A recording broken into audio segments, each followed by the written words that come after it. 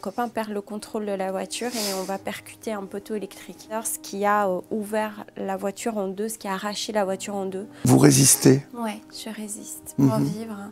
Angelina, bonjour. Je suis très heureux de faire votre connaissance parce que je vous ai vu à la télévision pour la cérémonie d'ouverture des Jeux para-olympiques. On va en reparler. Vous êtes là pour ce livre, Danser pour survivre. La danse a été un miracle pour vous. Est-ce qu'on peut dire que la danse vous a presque, alors peut-être pas sauvé la vie parce que vous êtes une résiliente, on va le voir, mais elle a fait de vous une jeune femme heureuse et habitée d'un sentiment d'accomplissement. Complètement. Je pourrais même quand même aller jusqu'à dire qu'elle m'a sauvée. Oui. C'est vrai, oui. Parce que je pense que sans elle, en fait, je n'avais plus d'échappatoire, j'avais plus de moyens de compenser mon mal-être.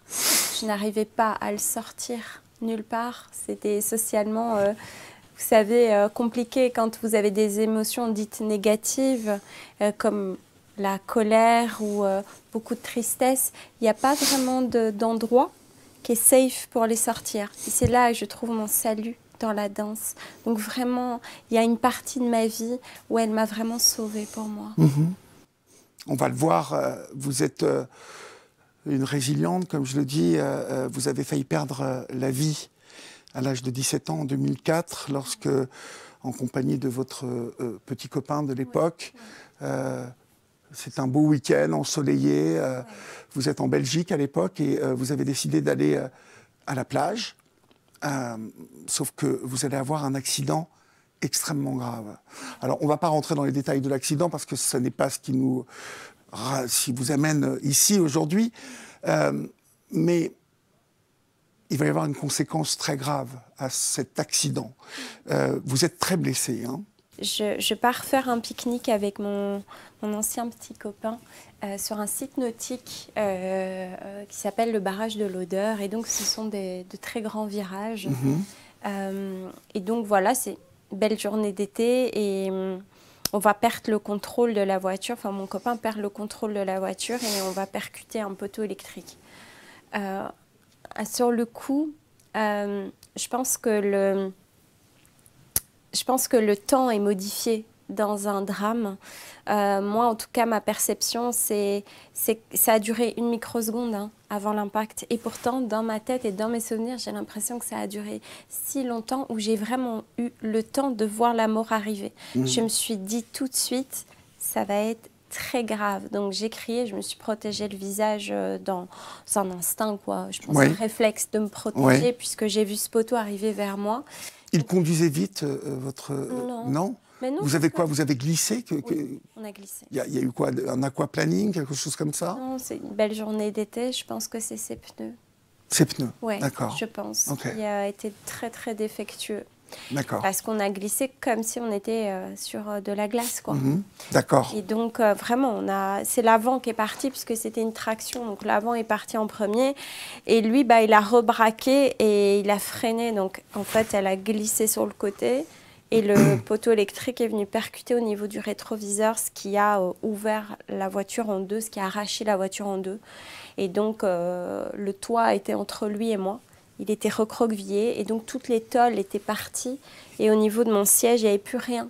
Donc, c'est les tôles qui ont arraché mon bras donc, dans la foulée. Et le choc a été si violent que j'ai eu une commotion. Donc, j'ai perdu connaissance sur le coup et j'ai eu une fracture du bassin, du coccyx et une congestion pulmonaire. Donc, le poumon qui se décolle et du sang dedans. Donc, très vite, je reprends connaissance très vite dans les bras de mon copain. J'entends que ça crie autour de moi parce que on a peur que ça explose. Enfin voilà, on ne sait pas trop. Il y a des gens qui se sont arrêtés. Enfin bref, tout est un peu fouillis. Mais voilà, et c'est là que le drame arrive évidemment, puisque je vais être consciente de tout. Et donc visuellement, c'est ce que je disais et j'expliquais dans les détails. J'ai vraiment failli mourir. C'est ce qui m'a le plus impacté, au-delà d'avoir perdu mon bras et de l'horreur, bien sûr, parce que je pense qu'on n'est pas prêt à voir l'horreur visuellement. C'est pourquoi on part dans la folie. Je pense que j'ai failli perdre la raison sur le coup, tellement c'était trop haut. C'était un film d'horreur. Vous êtes très mal en point. Ah oui, et puis j'ai mon bras arraché qui est plus loin. Oui. Donc, ça me fait... c'est pour très ça que peur. mes yeux... Non, ça me fait mal. C'est que mes yeux vont sur mon bras parce qu'il ne me reste plus que mon os. Donc il y a tout ce sang et c'est une horreur. Et là, je comprends que je vais partir dans la folie parce que c'est beaucoup trop élevé. Donc c'est pas moi qui décide et c'est là où je dis que le corps est merveilleusement bien fait. C'est que pour survivre, c'était soit je partais dans la folie ou soit je me coupais complètement de mes émotions pour survivre. Il y a un mode off pour pouvoir se dire, ok, là on fonce et la priorité c'est de vivre. Ce que mon corps a fait naturellement. Donc je me suis défocus tout de suite de mon bras et la première chose que j'ai sentie c'est je ne sais plus respirer. Et donc là commence à venir la panique parce qu'on est loin, on est sur un site nautique donc il n'y a pas d'hôpitaux tout près. Donc on sait que l'ambulance va mettre 30 minutes. Donc si j'avais pas eu cette chance que ce monsieur, il y a un monsieur qui nous suivait, qui m'a apporté les premiers secours. Et j'ai eu cette chance, c'est pour ça que je dis que la chance est souvent à celui qui l'ignore. Je pense qu'on a souvent de la chance sans s'en rendre compte parce que ça dépend. Ou un ange. Oui, ou un ange. Ah là, c'était ma grand-mère, elle était là, elle a dit « Toi, ma chérie, tu ne vas pas mourir ». Pourtant, toutes les conditions étaient réunies pour que je meure parce que c'était beaucoup trop violent, parce que je me vidais de mon sang, les ambulances n'arrivaient pas et j'ai eu cette chance que ce monsieur était un médecin traitant qui, à la base, allait faire de la plongée avec sa femme. Un monsieur qui passe et qui arrive... qui vous suivez et qui voit l'accident. Exactement, qui assiste à l'accident et qui décide de porter les premiers secours. Et la première chose que je dis, c'est moi, je ne sais plus respirer. J'y arrive plus. Et j'ai cette chance qu'il a une bombe d'oxygène dans la voiture. Et je me souviens qu'il est extrêmement, par contre, choqué. Donc lui-même n'arrive pas à me faire un garrot, mais il va expliquer à mon copain qui fait preuve d'un sang-froid inouï comment il faut me faire un garrot. Il faut le faire vite parce que sinon je vais me vider de mon sang ou je mourrai d'une hémorragie. Et donc ils vont faire équipe un peu tous les deux pour me maintenir en vie. Et ça va être une énorme lutte parce que, si vous voulez, je sens que si je lâche, je meurs. Donc la mort, elle est là. Donc je dois lutter. Je me dis, la première chose que je me dis, c'est j'ai que 17 ans. Je crois que j'ai même pas vraiment dit je t'aime encore à mes parents, aux gens que j'aime. Je vais partir sans rien avoir accompli. Donc vous luttez? Je lutte comme une malade. Vous résistez? Oui, je résiste. Malgré les tentatives de vous opérer, vous allez perdre votre bras. Oui. On ne va pas rentrer dans les détails des opérations. Moi, ce que je voudrais savoir, c'est, est-ce que celles et ceux qui nous regardent veulent savoir, c'est comment, à 17 ans, on digère une telle nouvelle. Est-ce qu'on accepte ou pas? Comment est-ce que vous avez vécu cela? Oui. Ben, je pense que, vous savez, il y a une première phase qui est la plus difficile. C'est vraiment, pour moi, je l'ai vécu, c'est la phase de dévastation. C'est comme si, je faisais beaucoup d'ailleurs ce rêve-là, c'est comme si vous avez construit une maison et il y a un raz-de-marée qui est passé et qui a tout emporté. Donc les fondations sont là, mais il faut tout reconstruire. Donc ça s'est passé exactement comme ça. Bien sûr que dans un premier temps, c'est une phase de deuil, donc on passe par toutes les étapes, c'est-à-dire on peut passer des années, toute une vie même en restant bloqué, en n'acceptant jamais ce qui s'est passé parce que c'est indigeste. Mais donc j'ai eu une énorme phase de dépression où je suis descendue vraiment bas, où je n'acceptais pas, où je pensais naïvement reprendre ma vie d'avant. Je n'avais pas conscience à quel point tout était terminé. J'ai pris 20 ans d'un coup. Ma naïveté est partie ce jour-là, mon adolescence est partie ce jour-là. Donc ça, c'est une phase. Et puis mon physique, ma santé aussi. Donc ça a été une grande phase où là est née une colère incroyable, où je reviens à l'école et je me dis ah waouh, ça y est, je vais pouvoir reprendre ma vie avec voilà, mes anciens copains, etc. Je vais pouvoir faire du sport. Ouais, je vais pouvoir reprendre, ça y est. Tout le monde, je suis en dernière année, donc tout le monde parle de l'avenir, qu'est-ce qu'il va faire, etc. Et très vite, c'est de plus en plus difficile parce que les premières étapes, ça a été évidemment le physique. Donc, avant de me voir et avant de prendre conscience du regard des autres sur moi, je me rends compte que quand j'arrive chez moi, je ne sais absolument plus rien faire. Bien sûr, j'étais droitière, je ne sais plus écrire, je ne sais plus manger, je ne sais plus tartiner, je ne sais plus rien faire, je ne sais plus m'habiller toute seule. Enfin, ça, c'est une première claque de l'espace-temps pour moi. Et la deuxième, c'est en sortant de chez moi et en reprenant ma vie. Là, je vais être confrontée à un truc que j'avais jamais été confrontée, c'est le regard des autres quand on a une différence. Bien sûr, j'étais déjà confrontée au regard, mais j'ai toujours aimé attirer le regard, mais jamais pour une différence. Donc là, je vais basculer dans ce monde de personnes en situation d'handicap, chose que je n'avais jamais imaginé. Jamais imaginé. Comment est-ce que vous remontez la pente, Angelina? Comment est-ce que vous vous accommodez de ce nouveau corps? Je pense qu'il y a plusieurs choses qui sont fondamentales pour moi lors d'un choc post-traumatique, peu importe lequel.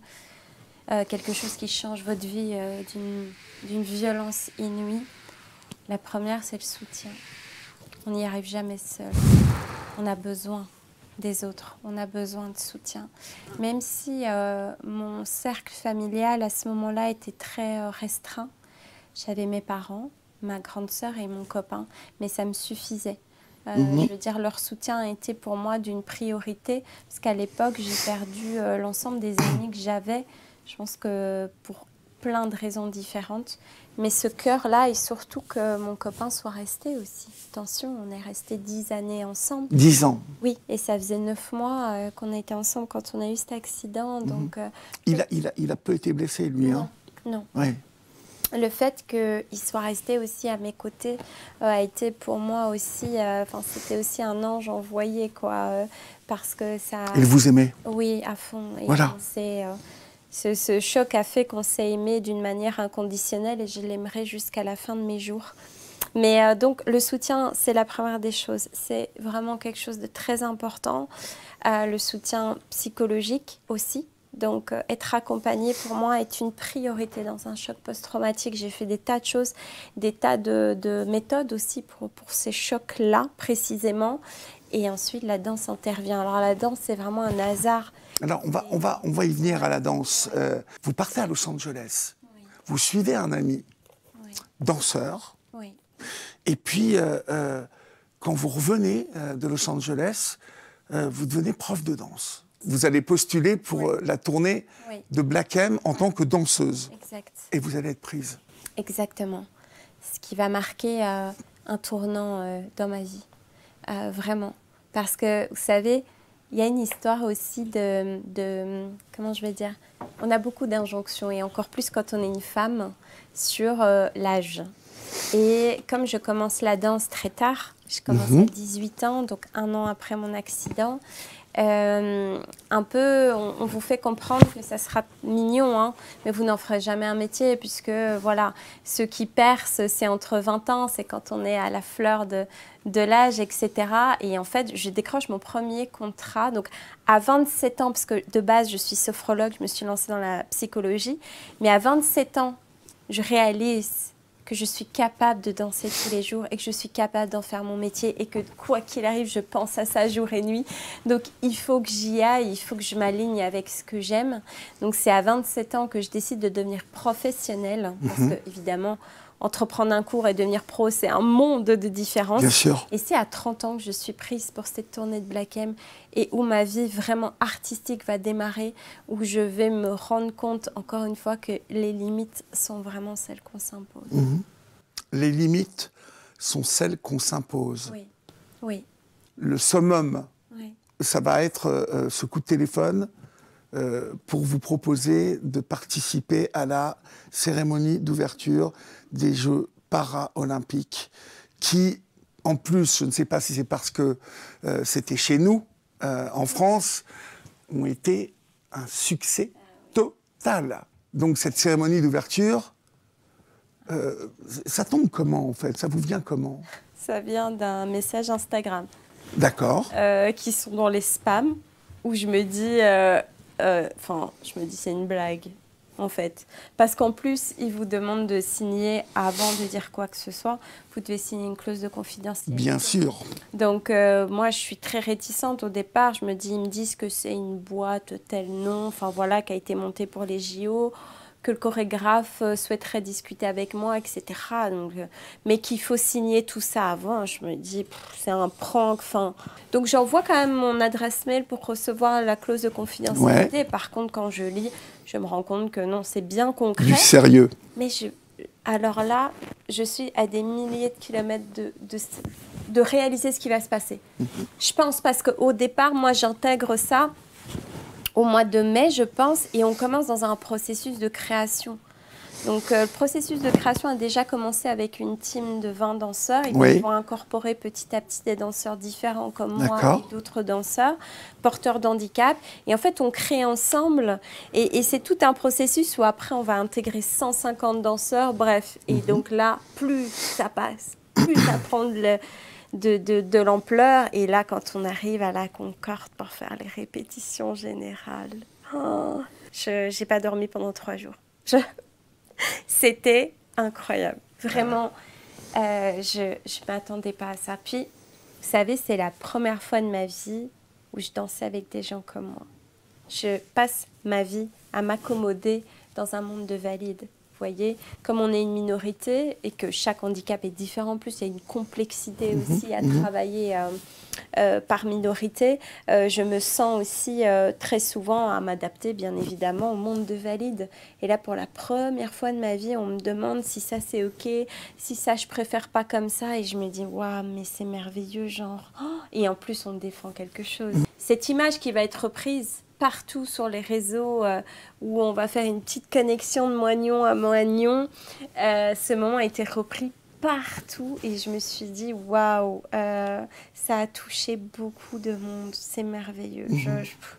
J'aurais même pas pu l'imaginer, genre c'est quelque chose qui a été créé dans le mouvement. C'est la vie rêvée d'Angelina, une petite Belge sortie de la région de Charleroi, qui montre combien la vie est belle et que surtout, comme vous l'avez dit Angelina, on se fixe ses propres limites. Et finalement, votre histoire montre combien lorsque justement ces limites, on les repousse et qu'on y croit, tout est possible. Merci à vous. C'était un vrai plaisir.